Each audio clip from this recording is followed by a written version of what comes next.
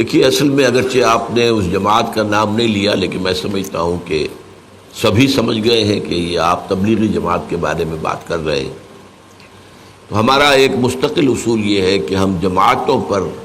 نام لے کر اور ان کی نفی کرنا، ان کی تردید کرنا، ان پر تنقید کرنا، یہ ہم عام طور پر پسند نہیں کرتے۔ ہمارا کام یہ ہے کہ ہم اپنی جو مثبت دعوت ہے جس انداز میں وہ پیش کرتے ہیں۔ البتہ آپ نے جو باتیں کہی ہیں اس میں کچھ تھوڑے مغالطے ہیں۔ فی نفس ہی حدیث کا مطالعہ یہ بھی کوئی بری بات تو نہیں ہے۔ وہ اگر ایک اعتبار سے آپ کو بری لگ رہی ہے تو وہ یہ کہ چونکہ قرآن کی طرف ان کی وہ توجہ نہیں ہے، تو ایک نیگیٹو اسپیکٹ کے حوالے سے، ورنہ احادیث کا جو ہے مطالعہ جو ہے اس کو بیان کرنا، سننا، پڑھنا، یہ اپنی جگہ خود اس کے اندر نورانیت ہے، اس میں بھلائی ہے، اس میں فائدہ ہے۔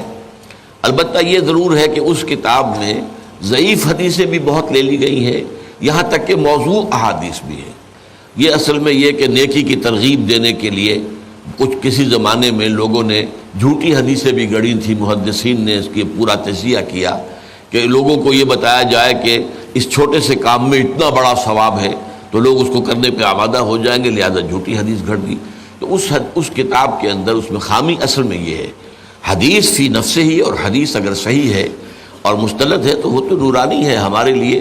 البتہ اس کا کرنا تو اپنی جگہ پر صحیح ہے، لیکن اگر وہ قرآن کی جگہ لے لے تو یہ معاملہ غلط ہو جائے گا۔ تو یہ در حقیقت گر حفظ مراتب نہ کنی زندگی، سب سے پہلے قرآن ہونا چاہیے، اس کے بعد حدیث ہونی چاہیے۔ پہلی بات تو یہ ہے۔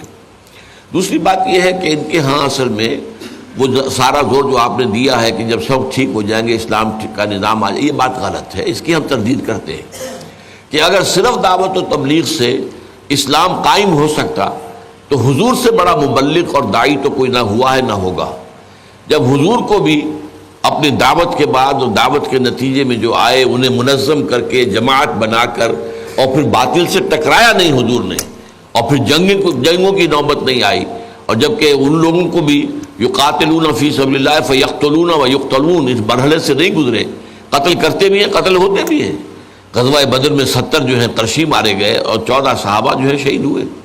غزوہ احد میں 70 جو ہیں صحابہ شہید ہو گئے۔ تو اس طریقے سے یہ تو ہوا ہے، لیکن اس کے بغیر اگر آپ سمجھے اپنی جان دیے بغیر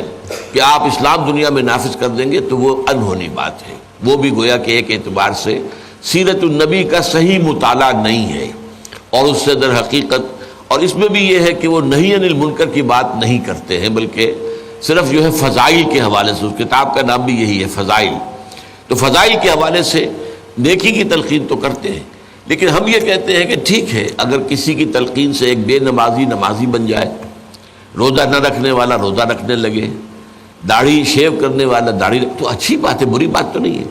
لیکن یہ ہے کہ اگر آپ دین کا پورا تصور پیش نہیں کریں گے تو پھر وہی ہے، اس منفی پہلو کی وجہ سے اس کے اندر کمی واقع ہو رہی ہے، ورنہ فی نفس ہی نیکی کی تلقین، بھلائی کی تلقین،